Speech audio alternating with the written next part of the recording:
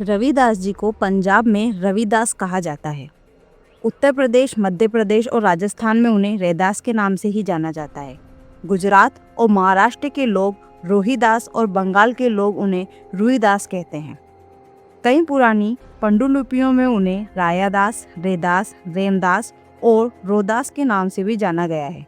कहते हैं कि माघ मास की पूर्णिमा को जब रविदास जी ने जन्म लिया, वह रविवार का दिन था, जिसके कारण इनका नाम रविदास रखा गया। उनका जन्म माघ माह की पूर्णिमा को हुआ था। संत शिरोमणि कवि रविदास का जन्म माघ पूर्णिमा को 1376 ईस्वी को उत्तर प्रदेश के वाराणसी शहर के गोवर्धनपुर में हुआ था। उनकी माता का नाम कर्मा देवी तथा पिता का नाम संतोख दास था। उनके दादा का नाम श्री कालूराम जी, दादी का नाम श्रीमती लखपति जी, पत्नी का नाम श्रीमती लोना जी और पुत्र का नाम श्री विजयदास जी है। रविदास जी चर्मकार कुल से होने के कारण वे जूते बनाते थे। ऐसा करने में उन्हें बहुत खुशी मिलती थी और वे पूरी लगन तथा परिश्रम से अपना कार्य करते थे। उनका जन्म ऐसे समय में हुआ था जब उत्तर प्रदेश के कुछ क्षेत्रों में मुगलों का शासन था।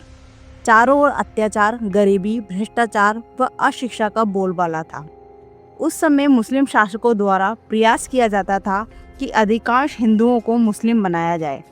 संत रविदास की ख्याति लगातार बढ़ रही थी, जिसके चलते लाखों भक्त थे, जिनमें हर जाति के लोग शामिल थे।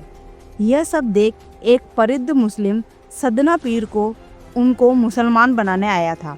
उसका सोचना था कि यदि रविदास मुसलमान बन जाते हैं तो उनके लाखों भक्त भी मुस्लिम हो जाएंगे। ऐसा सोचकर उन पर हर प्रकार से दबाव बनाया गया था। लेकिन संत रविदास तो संत थे, उन्होंने मानवता से मतलब रखा। संत रविदास बहुत ही दयालु और दानवीर थे।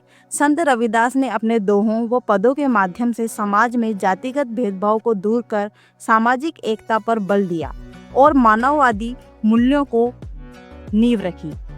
रविदास जी ने सीधे सीधे लिखा कि रैदास जन्म के कारणे होत ना कोई नीच, नर को नीच कर डारी है ओछे कर्म की नीच। यानी कोई भी व्यक्ति सिर्फ अपने कर्म से नीच होता है। जो व्यक्ति गलत काम करता है वह नीच होता है। कोई भी व्यक्ति जन्म के हिसाब से कभी नीच नहीं होता। संत रविदास ने अपनी कविताओं के लिए जनसाधारण की ब्रज भाषा का प्रयोग किया है।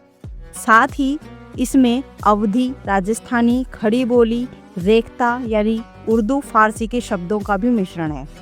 रविदास जी के लगभग 40 पद सिख धर्म के पवित्र धर्मगुरु गुरु ग्रंथ साहब में भी सम्मिलित किए गए हैं। कहते हैं स्वामी रामानंदाचार्य वैष्णव भक्ति धारा के महान संत हैं। रविदास उनके शिष्य थे। संत रविदास तो संत कबीर के समकालीन व गुरु भाई माने जाते हैं। स्वयं कबीरदास जी ने संतन में रविदास कहकर इन्हें मान्यता दी है। राजस्थान की कृष्ण भक्त कवयित्री मीराबाई उनकी शिष्या थी। यह भी कहा जाता है कि चित्तौड़ के राणा सांगा की पत्नी झाली रानी उनकी शिष्या बनी थी। वहीं चित्तौड़ में संत रविदास की छतरी बनी हुई है। मान्यता है कि वे वहीं से स्वर्णारोहण कर गए थे।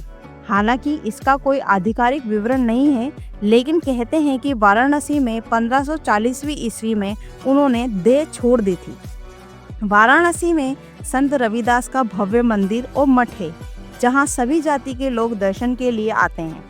वाराणसी में श्री गुरु रविदास पार्क है, जो नगवा में उनके यादगार के रूप में मनाया जाता है। उनके नाम पर गुरु रविदास स्मारक और पार्क बना हुआ है।